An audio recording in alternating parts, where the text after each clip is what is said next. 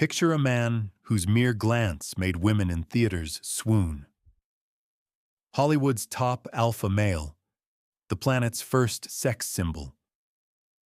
But what if I told you that on his wedding night, this great lover sobbed like a child on the rug outside a locked bedroom door? That he wore a humiliating slave bracelet, placed on him by a domineering wife throughout his life. And the worst part, he didn't perish at 31 from illness. His stomach literally burst from stress and shame after a single scathing newspaper article branded him a pink powder puff. Today, we will uncover the dirtiest secret of the 20s and reveal how brutal standards of masculinity killed Rudolph Valentino. Act 1. Anatomy of Powerlessness. To grasp how words can kill a man, you first need to understand how fragile the foundation of his life was. Picture the sound Rudolph Valentino hears every day. It's not applause. It's a woman's scream. A scream like an air raid siren. In the 20s, women didn't just adore him. They fell into a collective trance. In Ohio cinemas, managers called for ambulances before the show even started, knowing that as soon as he appeared on screen, in a turban, eyes lined and wide with primal passion, girls would start fainting. He was the first man in pop culture history allowed to be an object. Before him, men acted. Valentino existed. He was the promise of forbidden fruit. Millions of American women, trapped in Puritan marriages with men who smelled of tobacco and sweat, dreamed of this exotic god storming into their bedrooms, grabbing them roughly and whisking them away to his tent in the desert. This was the myth Hollywood sold. The great lover, the Sheikh, the alpha predator. Now let's open the door to his real bedroom and face a reality scarier than any nightmare. Because behind closed doors, the most desired man on the planet lived in a hell of sexual isolation, psychological abuse, and total humiliating submission. The story of his destruction doesn't start with a newspaper article. It starts with the click of a hotel room lock in the Hollywood Hotel on the night of November 5, 1919. This was his wedding night. His bride was Jean Acker, a petite, dark-haired actress with doe-like eyes. On paper, it looked like a union of rising stars. The press rejoiced. The most handsome man found the most beautiful woman. They arrived at the hotel, laughing and holding hands as they went up to their suite. But as soon as they crossed the threshold, the mask fell. Jean Acker abruptly let go of his hand. The adoration in her eyes vanished, replaced by cold calculation and possibly disgust. While Valentino, buoyant and probably nervous, took off his coat, she slipped quickly into the bedroom. Click. Valentino froze. He approached the door and tugged at the handle. Locked. At first he thought it was a game. Flirtation, foreplay. He knocked. Jean? The answer from behind the door shattered his ego. Go away, Rudy. Sleep wherever you want, but not here. Imagine this scene in detail. A man whose face graces candy boxes and sheet music covers stands in the corridor of an empty suite. He knocks, first softly, then louder. He doesn't shout or break down the door like his screen persona would. He pleads, he cries, he asks, "What did I do wrong?" He spent his wedding night curled up on the mat outside his own bedroom door, while his lawful wife slept inside alone. Why did this happen? The reality was cynical. Jean Acker didn't love men. She was part of an elite, secretive lesbian community in Hollywood, known as the Sewing Circle, unofficially led by the powerful Alla Nazimova. Back then, a non-traditional orientation could destroy a career in seconds. Acker needed a beard, a cover, what Hollywood called a lavender marriage. Valentino, with his softness, naivety, and slightly feminine beauty, seemed the perfect candidate for the role. A safe, handsome accessory that would look good in photos and not ask too many questions. She miscalculated in one thing. Valentino had a heart. He truly fell in love, and he was shattered not just by rejection, but by a public castration of his manhood. The marriage lasted formally for several years, but in reality, not a second. During the divorce trial, a phrase was uttered that should have alerted the world, if the world cared to hear the truth. The marriage was not consummated. The great lover turned out to be a virgin in his own marriage. But if Jean Acker merely rejected him, the next woman aimed to remake him, and that was far more dangerous. Enter Natasha Rambova. If Acker was a mistake, Rambova became his fate and his curse. She was brilliant, cold, and ambitious, a graduate of Europe's finest schools, a costume designer, an aesthete to her core. She hated Hollywood. She despised the very idea of commercial cinema. And most of all, she loathed the Sheikh image that made Valentino a star. To her, it was vulgar, low, for the plebeians. When they met, Valentino was at the peak of fame, but internally crushed after the Acker debacle. He sought not just a wife. Having lost his beloved mother in youth, he sought a matriarch, a firm hand, and Rambova gripped him with an iron fist. She began systematically dismantling Rudolph Valentino to create her own art object in his place. Natasha took control of every aspect of his life. She read his scripts and tossed them in the trash with the words, "This is garbage. You won't play a savage." She would come to the set and halt filming if she didn't like the light on her husband's profile. Directors tore their hair out. Paramount studio producers ground their teeth. Adolf Zukor, the studio head, once shouted in fury, "I pay Valentino, not this witch!" But Rudy couldn't refuse her. His dependence was total. The most vivid symbol of this dependence was a gift she gave him, a heavy platinum bracelet. Not a thin chain, but a massive link reminiscent of shackles. It went down in history as the slave bracelet. Valentino wore it on his left wrist and never took it off. Think about the semiotics of this gesture. The era's main sex symbol, a man who should embody dominance, wears a mark of ownership from his wife. He flaunted this bracelet, proud of it, not realizing what signal it sent to society. To him, it was a sign of love and devotion. To American men, it was a red flag. Proof that this Italian wasn't a real man.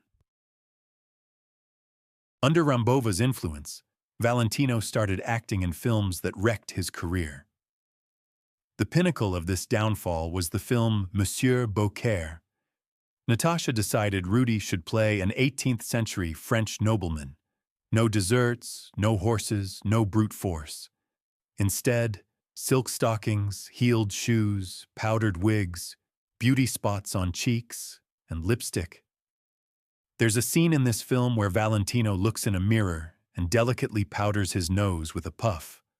For Rambova, it was high art, exquisite Rococo stylization. For the average American viewer in 1924, it was a shock.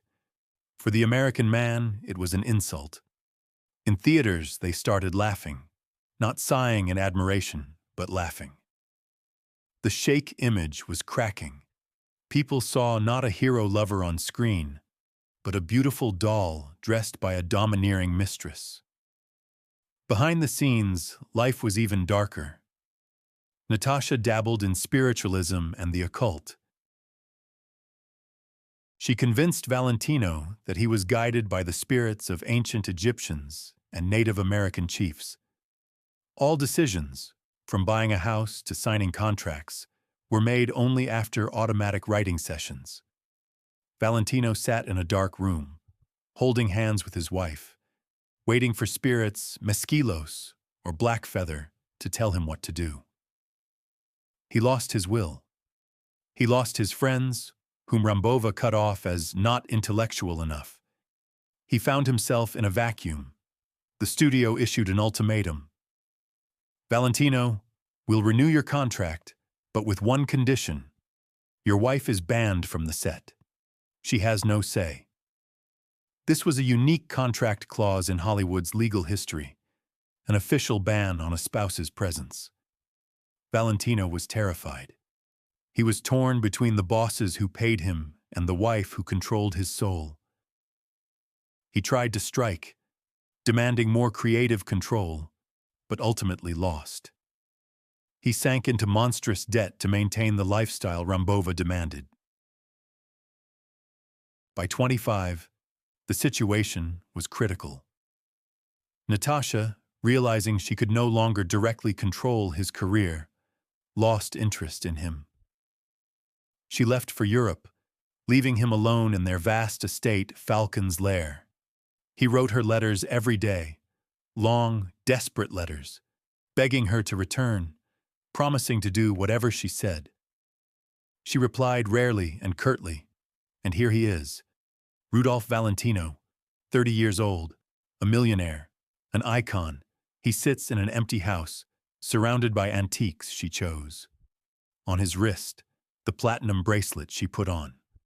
On his face, traces of makeup from films she made him do. He is utterly, completely alone. He doesn't know who he is without her. He felt the ground slipping beneath him. But he didn't yet know the worst was yet to come. Society forgave him the divorce from Acker. Society tolerated his strange marriage to Rambova. But America couldn't forgive him Monsieur Beaucaire, the powdered nose, and that damned bracelet. In the collective unconscious of American men, a verdict was forming. They no longer wanted to just laugh at him. They wanted to destroy him.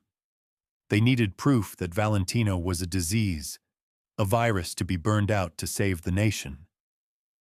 And that verdict was already being typed on a typewriter in a stuffy Chicago newsroom. An article that would turn hidden hatred into open war. An article that would become the physical cause of his death. Act 2. Murder by Words. The summer of 1926 was suffocatingly hot. America boiled over. Jazz blared from every basement, skirts grew shorter, and morals frayed at the seams. The country changed too fast, and the conservative crowd needed a scapegoat. Someone to blame for the vanishing real men, replaced by something new, incomprehensible, and terrifyingly soft. They didn't have to look far. The target was perfect. He wore Italian suits, lined his eyes, and drove their wives wild. By July of 1926, Rudolph Valentino teetered on a fragile balance. He had just wrapped filming The Son of the Sheikh. It was his attempt at a comeback, a bid to reclaim his masculinity after the disaster of the powdered wig in Monsieur Beaucaire. He trained like a madman, building muscle, tanning under the California sun, doing stunts without doubles. He wanted to shout to the world, "Look, I'm strong, I'm a man." He arrived in Chicago on a promotional tour. The city greeted him with the usual hysteria of crowds, camera flashes, and heat.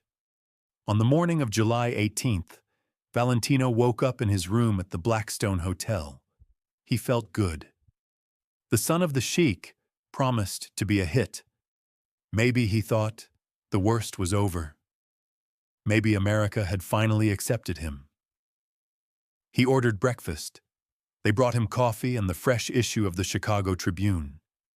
This moment marked the point of no return, the second when life split into before and after. He unfolded the newspaper. His eyes landed on the editorial column. There was no headline, but the text hit like a punch. The article was titled "Pink Powder Puffs." The author, hiding behind anonymity, later revealed to be a bitter journalist named John Westbrook Pegler, started with a slice of life. He described walking into a public restroom in a new dance hall in the north of Chicago and seeing a machine selling pink face powder. Not for women, for men.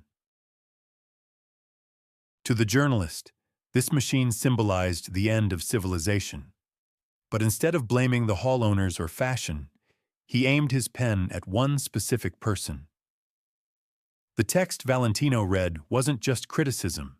It was a manifesto of hate, a public execution. Let me quote fragments of this text, because no retelling can convey the venom dripping from every line. A machine with pink powder is installed in the men's restroom. It's time to drown Rudolph Valentino before it's too late. The author continued, accusing the actor of degenerating the American race. Have we come to this, that from the descendants of rugged pioneers who crossed continents, we are turning into a nation of powdered dandies? Who's to blame for our young men now wearing pomaded hair and slave bracelets? It's this Italian gardener's fault. Homo Americanus is dying, giving way to a creature with painted lips. And the final blow, the most brutal. Why hasn't anyone quietly shot him yet? Was he ever a man at all? Or just a beautiful mistake of nature? Imagine what happens to a person when they read a call for their own murder in one of the country's most influential newspapers. But it wasn't just a threat. It struck at the most vulnerable spot. Valentino had fought all his life with the ghost of his past, a gigolo, with his insecurities, with rumors of homosexuality. And now a newspaper with 1 million circulation declared him an enemy of the nation. The reason American men stopped being men. Valentino's reaction was immediate and terrifying. Witnesses recalled he turned pale, as if all the blood had drained from him. The newspaper slipped from his hands. He clutched his stomach. This is no figure of speech. He literally doubled over from sharp pain. Doctors would later talk about a perforated ulcer. They would look for bacteria, infections, dietary consequences. But any psychosomatic expert will tell you, a stomach ulcer is a disease of unshed tears and swallowed aggression. At that moment, the acid of humiliation burned through his lining faster than any chemical. His face contorted. He began pacing the room like a wounded animal. They called me a pink powder puff, he shouted to his manager, George Ullman. They want to know if I'm a man? I'll show them. I'll kill that scribbler. The pride of a Southern Italian demanded satisfaction. Valentino couldn't just let it go. He didn't sue for libel. That would be admitting weakness. He chose the path of a duel. He wrote an open letter to a rival newspaper. It was a cry of despair disguised as a knight's challenge. I challenge the author of this cowardly anonymity to a boxing match. In the ring, by the rules, or on the street, without rules. I'll prove on his face that I'm not a pink powder puff, but a man. All of America held its breath. The Sheikh wants to fight, but the anonymous author, of course, didn't accept the challenge. He hid behind the walls of the editorial office. Instead, the challenge was taken up by sports columnist Frank O'Neill, a former professional boxer. It was a friendly sparring match, arranged for the press, so Valentino could save face. The fight took place on the roof of the Ambassador Hotel in New York. Valentino fought with the fury of the doomed. He wasn't playing. He hit as if standing before him wasn't a sparring partner, but the very ghost of his humiliation. O'Neill, an experienced fighter, was shocked by the actor's strength and technique. Valentino not only held his ground, He sent his opponent to the canvas. After the fight, breathing heavily, with a split lip, he approached the journalist. "Well, do I look like a pink powder puff?" O'Neill, wiping blood, honestly replied, "No, Rudy. You've got a punch like a mule. You're a real man." Valentino smiled. For a second, he thought he'd won, that he'd washed away the stain of shame with blood and sweat. But it was an illusion. The poison was already in the system. The Chicago Tribune article had done its work. The phrase, "pink powder puff," caught on in the streets. Now every time he stepped out of a car, he heard snickers. Every time he saw a group of men, he felt they were discussing his slave bracelet and his effeminate manners. His body began to give out. It's an astonishing example of how the psyche destroys the body. Valentino couldn't eat. He was tormented by constant stomach pains, which he dulled with baking soda and alcohol. He couldn't sleep. The image of the enemy of the American nation haunted him. He sought advice from the famous critic and cynic Mencken. The meeting took place a week before his death. Mencken later recalled seeing not a star, but a broken, deeply unhappy man. "Why do they hate me?" Valentino asked. "I just work. I just want to give people beauty. Why does beauty in a man make them want to kill?" Mencken, a hard man, was deeply moved. He saw not the Sheikh, but a bewildered guy caught in the gears of a cultural war he didn't understand. "Women loved him too much," Mencken would later write. And for that, men couldn't forgive him even for breathing. August 1926, Valentino in New York. The stomach pain became unbearable. During a party at his apartment, he collapsed to the floor. He tried to get up, joked that it was just an old ulcer, but his face was gray. His friends called doctors. The diagnosis wasn't immediate. Precious time was lost. Appendicitis? Ulcer? Gastritis? He was taken to a clinic. Surgery was inevitable. When surgeons opened his abdominal cavity, they saw a disaster. A perforated ulcer developed peritonitis. The stomach was literally eaten away. But what caused such rapid destruction in a young, physically strong man who exercised and didn't abuse drugs? After all, he was only 31. The answer lay not in gastroenterology. The stress from the Pink Powder Puffs article triggered a massive release of cortisol and acid. His body began to digest itself. He couldn't digest the hatred poured on him. He was dying not from bacteria. He was dying from a broken heart and shattered dignity. Lying on the hospital bed, coming out of anesthesia, he didn't first ask about the doctor's prognosis. He asked the nurse, "How do I look? Do I still look like a pink powder puff?" Even on the brink of death, with tubes in his belly, burning with fever, he still had this dialogue with the invisible enemy from Chicago. He demanded a mirror. He wanted to make sure the suffering hadn't made him ugly. This was the end of his battle for masculinity. A battle he lost the moment he decided the crowd's opinion mattered more than his own essence. But if you think death brought him peace, you're wrong.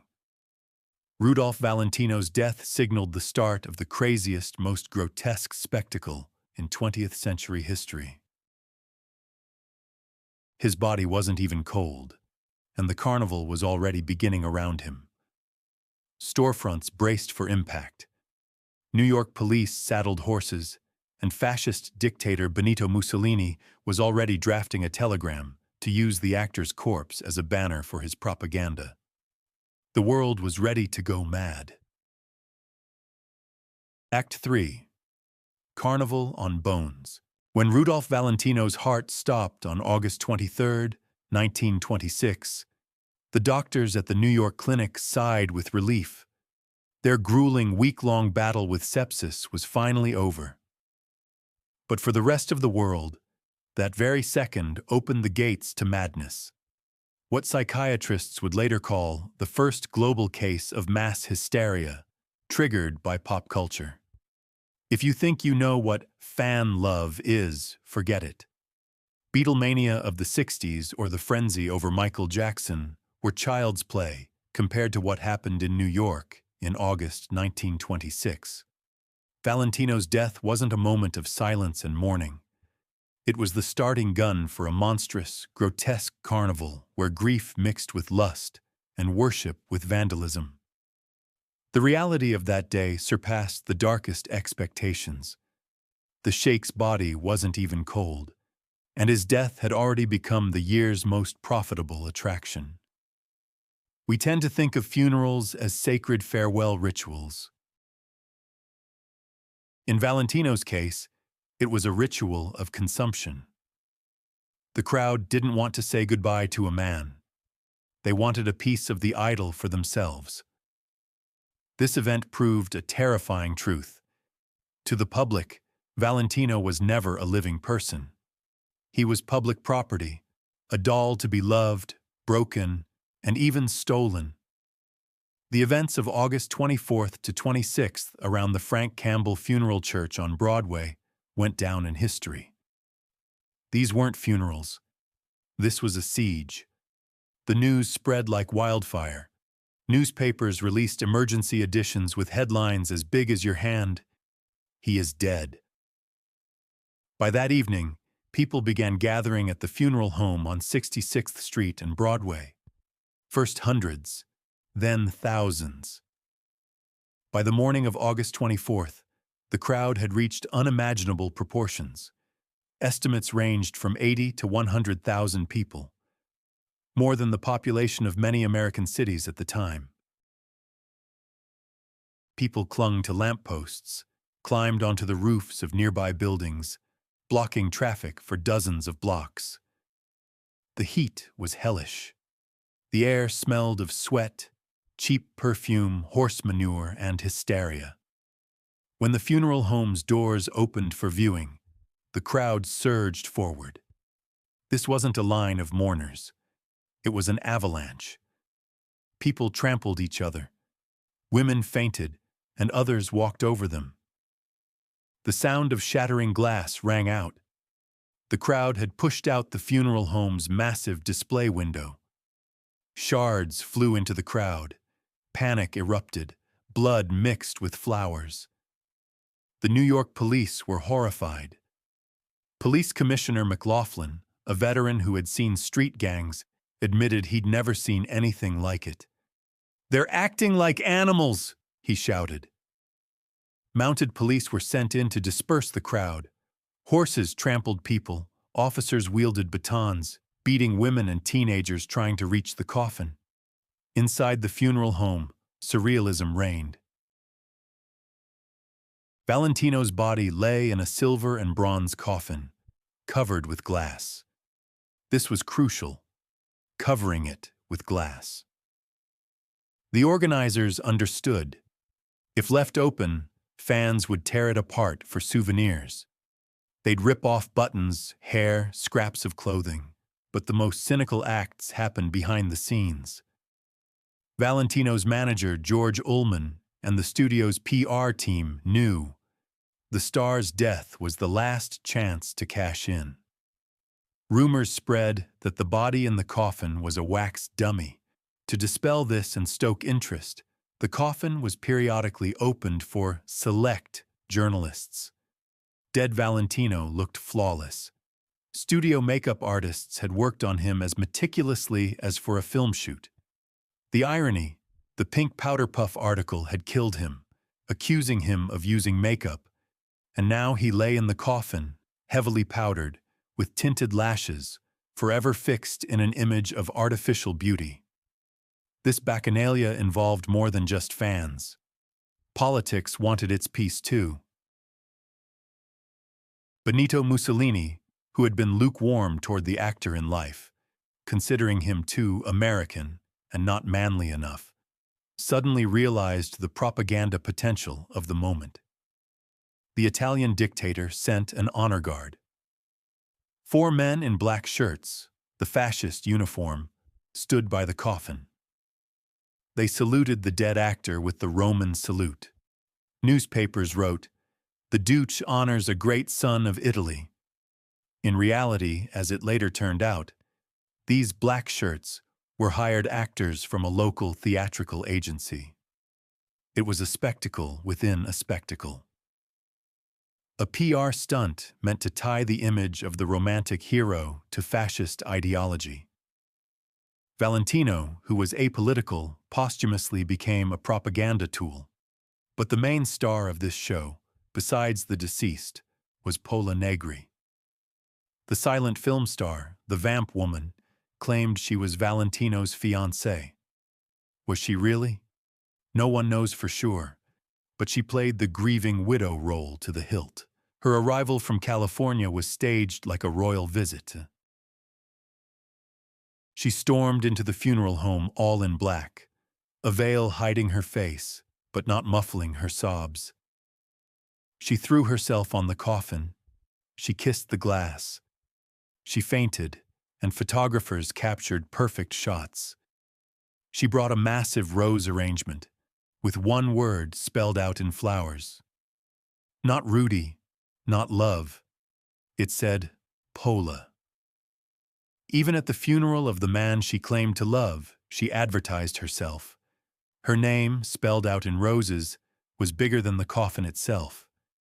It was the quintessence of Hollywood narcissism. I mourn so deeply. You must look at me, not the deceased. And outside the funeral home, in the real world, a wave of suicides began. It's called the Werther effect, but in 1926, it was known as Valentino's curse. In London, dancer Peggy Scott took a fatal dose of sleeping pills, leaving a note. I can't live in a world without Valentino. In Paris, a young elevator operator copying Valentino's style was found dead in his room, plastered with photos of his idol. In New York, a housewife, mother of 2, shot herself in the heart, clutching a signed photo of the actor. Newspapers savored every case. Another victim of love for the Sheikh. Death became fashionable. Dying for Rudy was seen as the ultimate act of romance. Studios didn't try to stop it. On the contrary, this bloody trail only boosted ticket sales for his last film, The Son of the Sheikh, which hit wide release right after the funeral. The cynicism of the situation was off the charts. People went to the movies to see the ghost for whom others had just died. After the New York farewell, the second act of the tragedy began. The body's journey across the continent, to California. The ghost train, carrying Valentino's body, traveled through America. At every station, in every God-forsaken town, thousands of people stepped onto the platforms. They stood silently, held candles, tossed flowers onto the tracks. Farmers in Kansas, miners in Colorado, all wanted to touch the legend. It was like saying goodbye to President Lincoln, a nation that had hated him for the pink powder puff and called him a degenerate 2 weeks ago, now canonized him as a saintly martyr of love. But the finale of this story was the saddest and most revealing. When the body finally arrived in Hollywood, a shocking detail emerged. The great lover, the man who made millions for the studio, the owner of a mansion stuffed with antiques, had no burial plot of his own. He was bankrupt. His debts exceeded the value of his assets. Rambova and his passion for luxury had devoured everything. The studio refused to pay for a separate crypt. He was saved by June Mathis, the screenwriter who had once introduced him to the world, giving him a role in The 4 Horsemen of the Apocalypse. She lent him a spot in her family crypt. Think about that. Rudolph Valentino, idol of millions, was buried on loan in someone else's grave, like a poor relative taken in out of pity. His body was placed in the Mathis family crypt at Hollywood Forever Cemetery, temporarily, until a memorial could be built. But the memorial was never built. Temporary became permanent. June Mathis died a year later, and she was laid to rest beside him. So they lie to this day. The woman who created him, and the man destroyed by his own fame. But the studio couldn't let him simply rest in peace. They needed one last, eternal PR move. On the anniversary of his death, a mysterious woman, shrouded in black from head to toe, came to the grave. She silently laid a red rose and left without showing her face. The press exploded. Who is the lady in black? A secret love? An illegitimate daughter? A legend was born. Every year, for decades, the lady in black visited the grave. The reality? The lady in black was an extra hired by PR agent Russell Birdwell for $5. The task was simple: keep interest in Valentino's name alive so old films would keep selling. Even the mourning at his grave was fabricated. The story of Valentino's funeral is a mirror reflecting the ugly underside of the Roaring Twenties. It wasn't about love. It was about hysteria, the thirst for spectacle, and how the media machine grinds a person into pulp, then sells that pulp as a delicacy. Valentino was the first victim of this machine, but sadly, not the last. His death set the template for the departures of Marilyn Monroe, Elvis, Princess Diana. The script is always the same. First, we lift them to the heavens, then demand inhuman perfection, then destroy them for their weaknesses, and when they die, we throw a carnival on their graves. But let's go back to the beginning, to that boy from Italy who just wanted to dance. His journey from gardener to body in a borrowed grave was swift. But to grasp the full tragedy, we need to rewind and look at what is usually hidden, at where he came from, at the dirt from which this exotic flower grew. The next act will take us into the world Valentino wanted to forget forever.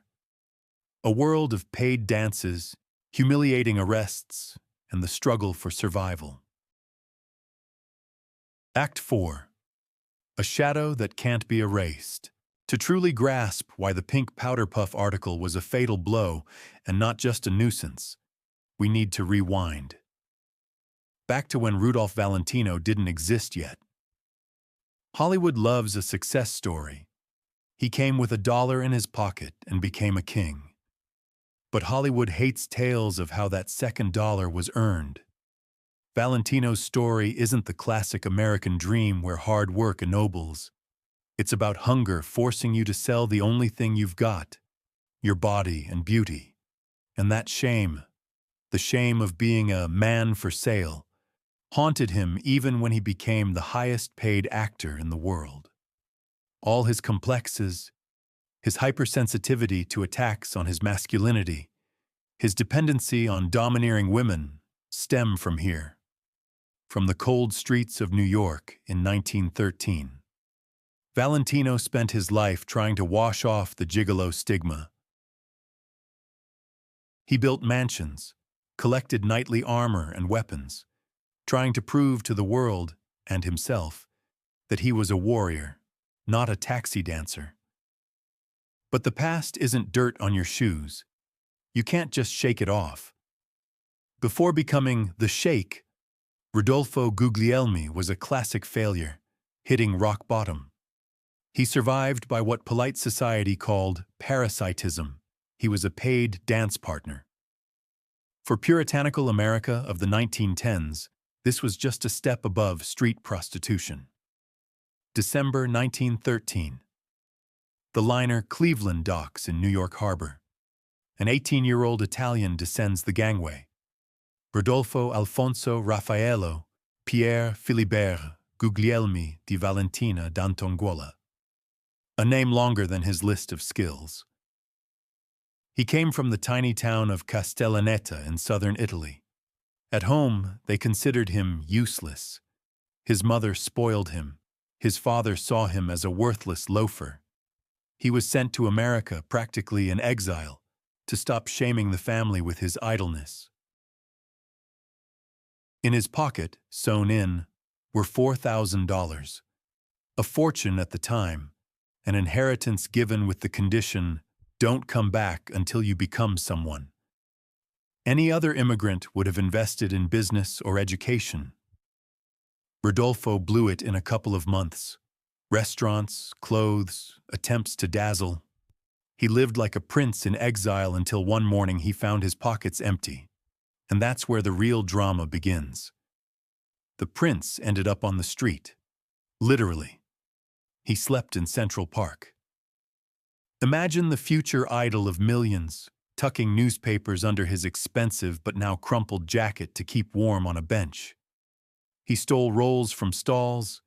He'd enter restaurants, order water, and secretly eat the free bread from tables. He tried manual labor. It was a disaster. He got a job as a gardener at the estate of magnate Cornelius Bliss, a dream job for an immigrant. But Rodolfo was too proud and too inept. He crashed the owner's motorcycle, mixed up fertilizers, and was disgracefully fired. He took a dishwashing job at the Italian restaurant Giardino's, but his hands, used to silk, couldn't handle the icy water and grease. He was fired from there too. He faced a choice: starve, return to Italy in shame, or find another way. He looked in the mirror. He saw what employers didn't: hypnotic, dark, sinful beauty and grace. He could dance the tango like they did in the Argentine quarters of Naples, passionately, dangerously, closely. That's how he ended up at Maxim's. It was a place for the wealthy crowd. They had a taxi dancer service. The principle was simple. Like paying a cab driver for a ride, a rich lady paid a dancer for a dance. Officially, these were dance lessons, or companionship. Unofficially, it was a meat market. Rodolfo became a star at Maxim's. Bored wives of bankers and industrialists, women of all ages whose husbands were busy with business, came there for him. He was flawless. He whispered compliments in broken English, which sounded so exotic. He led them in dance with a confident hand, giving them the illusion of being desired. They paid him in tips, gifts, dinners. Platonic gigolo, that's what they called him behind his back. For a proud Italian man, it was daily humiliation. He was a thing, a toy. He understood these women didn't respect him. They bought his time. This formed a deep cynicism towards women and simultaneously a desperate desire to prove he was worth something, but the bottom was yet to come. At Maxim's, he met Blanca de Sol, a famous socialite, wealthy Chilean heiress, unhappy in her marriage to influential businessman John de Sol. Rodolfo, naive in his cunning, decided to play the savior. He sided with Blanca in her divorce. He testified in court against her husband, claiming he cheated on her. It was a mistake. John de Sol was a connected man. He decided to destroy the brazen dancer. Soon after the trial, the vice squad stormed Rodolfo's apartment. The charge was both laughable and terrifying, violating the Mann Act, transporting a woman across state lines for immoral purposes. Allegedly, Rodolfo was involved in pimping and blackmail. He was arrested. Picture this: the future sex symbol of an era sitting in a filthy New York police station cell, surrounded by real pimps, thieves, and vagrants. Cops laughed at his pomaded hair and tight trousers. Newspapers ran headlines calling him a petty gigolo and a parasite living off women. The bail was enormous. None of his wealthy friends came to his aid. He got out after a few days when the bail was lowered, but his reputation was in ruins. Then came the twist with Blanca. A few months after the scandal, Blanca de Sol took a gun and shot her husband point blank. Rodolfo was horrified. He realized his name would forever be linked to this sordid murder, adultery, and prostitution. New York spat him out. He couldn't get work even in cheap dives. He became an outcast. The only way out was to flee. In 17, he joined a touring operetta troupe heading west. He changed his name. He became Rudolph Valentino, hoping that in sunny California, no one would recognize that gigolo from New York. He arrived in Los Angeles not as a conqueror. He came as a fugitive. That's why in Hollywood, he so diligently crafted the image of an aristocrat. He invented a count title for himself. He spun tales of his estates in Italy. He lied about his education. It was classic imposter syndrome. Every time he walked the red carpet in a tuxedo, inside him trembled that hungry boy who slept on newspapers in Central Park. He feared exposure more than death, and that's why the Pink Powder Puff article in 1926 was fatal. The journalist didn't just call him effeminate. Between the lines, he said, "We know who you are. You're not an actor. You're not a count. You're just a cheap dancer who pleases women for money. You're a fraud." This hit an old scar. Valentino spent 10 years proving he was an artist, but America kept seeing him only as a body. In early films, directors exploited his past. In The Four Horsemen of the Apocalypse, he dances the tango. In other films, they stripped him at every opportunity. Paramount Studios knew women paid to watch him, just like the patrons at Maxim's once did. The essence hadn't changed. Only the scale had. He used to dance for one woman for $5. Now he danced for 1 million women for $500 a week. But he remained a taxi dancer on a national scale, and he hated it. He wanted to play Hamlet. He wanted to play Cesare Borgia. He wanted respect. But every time he tried to become a serious actor, the audience laughed or yawned. They wanted the Sheikh. They wanted the gigolo. This inner conflict tore him apart. By 30, he was a deeply unhappy man who despised his own image. His diaries are filled with bitterness. "I'm just a canvas on which women project their dreams. I'm not there." His past made him the perfect victim. He couldn't defend himself because deep down, he believed his accusers were right. When in Chicago he read those fateful words, he saw in them not slander, but a verdict on his past, which had finally caught up with him. Now, understanding all this context, his humiliating marriages, his criminal and shameful past, his eternal struggle to be called a man, we can approach the finale. To that hospital room where all these lines converged into one point of pain. There on his deathbed, there was no Sheikh. There was a frightened Rodolfo Guglielmi, who never managed to escape his shadow. Let's open the door to room 801 in the New York clinic and face death without masks. Act 5. The final glance in the mirror. We've reached the moment of truth. Forget the legends about a romantic exit to the sound of violins.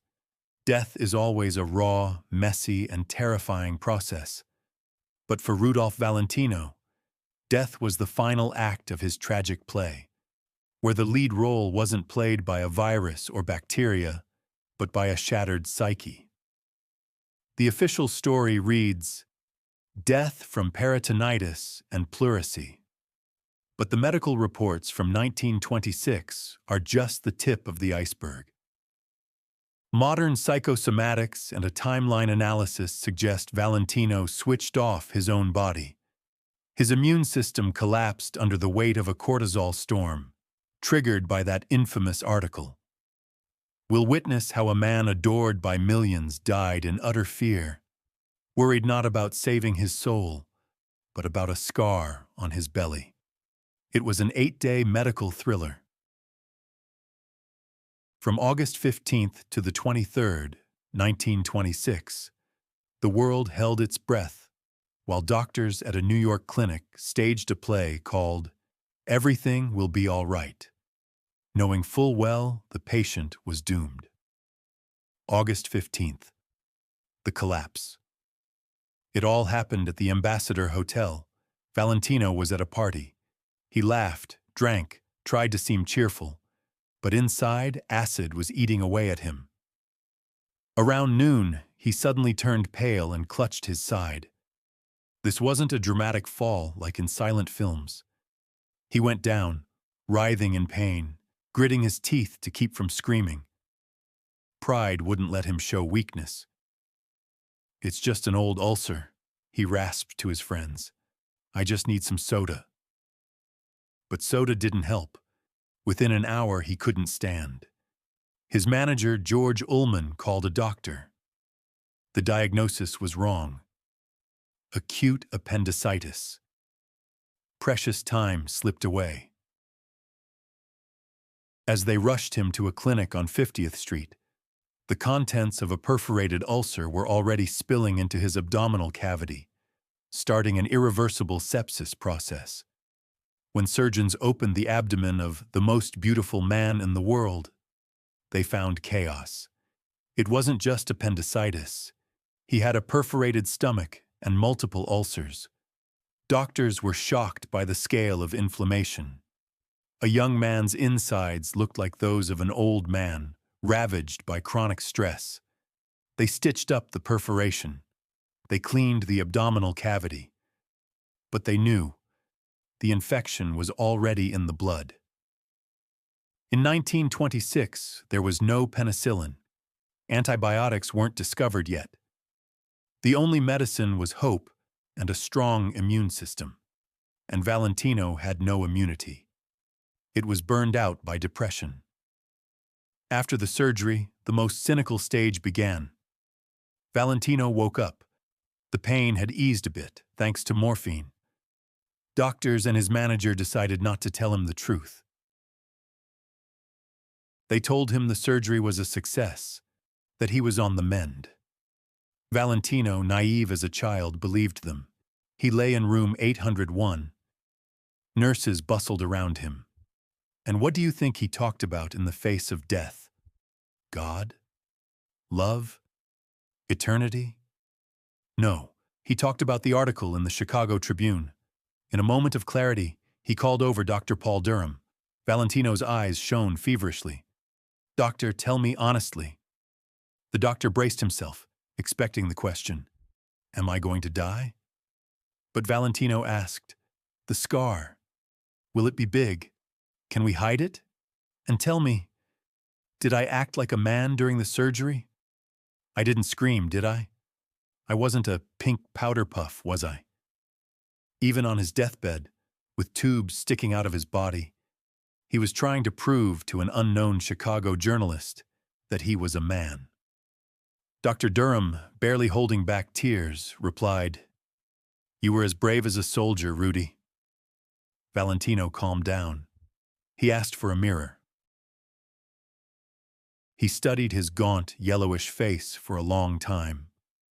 "I look terrible," he whispered. "I need a shave. Don't let anyone in until I'm shaved." August 20th. Pleurisy developed. His temperature shot up to 104 degrees. But suddenly, there was improvement. It's what doctors call the light before the end. The body rallied its last reserves. Valentino felt a surge of energy. He started making plans. He ordered new suits from London. He asked for fishing rods. He wanted to go fishing as soon as he was discharged. He talked about a new film where he'd play a real hero, without powder and wigs. It was the most heartbreaking moment. A man planning a future he had less than 72 hours left to live. August 23rd. Delirium set in overnight. The infection reached his brain. Valentino stopped speaking English.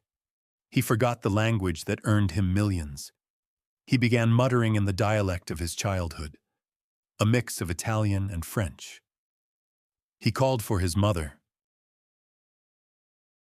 "Mama, Mama, sono qui." He returned to where he was happy, in Castellaneta. To a time when he wasn't the Sheikh, wasn't the gigolo, wasn't the pink powder puff. He was just Rodolfo, a beloved son. In the morning, he came to his senses one last time. He saw someone trying to close the blinds on the windows, so the bright morning sun wouldn't hurt his eyes. His last coherent words were to a nurse. "Don't lower the blinds. I feel great. I want to see the light." At 12:10, his heart stopped. The autopsy and the truth. Official conclusion: sepsis caused by peritonitis and a perforated stomach ulcer, complicated by bilateral pleurisy and endocarditis. Translated into plain language, his body gave up on all fronts. It was a systemic failure. Doctors later admitted in private. It felt like he just didn't want to fight. As soon as the infection hit the blood, he opened the gates for it. But even in death, he remained a prisoner of his image. Doctors applied posthumous makeup so he'd look beautiful for the press. His death was the final proof. Beauty was his gift, but the expectation of masculinity was his curse. He didn't die because he was weak. He died because he tried to carry a burden too heavy for him. The burden of being the perfect man for a nation that despised his essence. The story of Rudolph Valentino isn't just the biography of a silent film actor. It's the first and harshest warning to us all. We live in the age of social media, where each of us is a little like Valentino. We create avatars, use filters, wait for likes. We build a facade of success and beauty. But Rudolph Valentino showed us what happens when the gap between the real self and the public image becomes too wide. It tears you apart from the inside. He was just a guy who wanted to dance and love. But the world demanded he be a god of sex. And then the same world destroyed him for not meeting the standards of toxic masculinity. The headline, "Pink Powder Puff," killed him more surely than a bullet. Because a bullet kills the body, but shame kills the will to live. When you look at modern scandals, the harassment of stars, the cancel culture, remember August 23rd, 1926. Remember the guy who died at 31, asking a doctor if his scar looked manly enough. Reality always beats expectations. Expectation: he lived like a king and died a legend. Reality: he lived as a hostage and died a frightened child, never understanding why the world that adored him was so cruel. The story of Rudolph Valentino might seem like a tragedy from a distant past. But the truth is, the Valentino syndrome hasn't gone anywhere. Hollywood just perfected the methods of killing. Valentino was the first victim, torn between man and image. But there was a woman whose battle with her own reflection became the most terrifying story of the 20th century. You think you know everything about Marilyn Monroe? You've seen the photos with the billowing dress, heard about the Kennedys and the pills. But that's a lie. Marilyn Monroe never existed. She was a parasite created by the studio, inhabiting the body of a living girl named Norma Jean.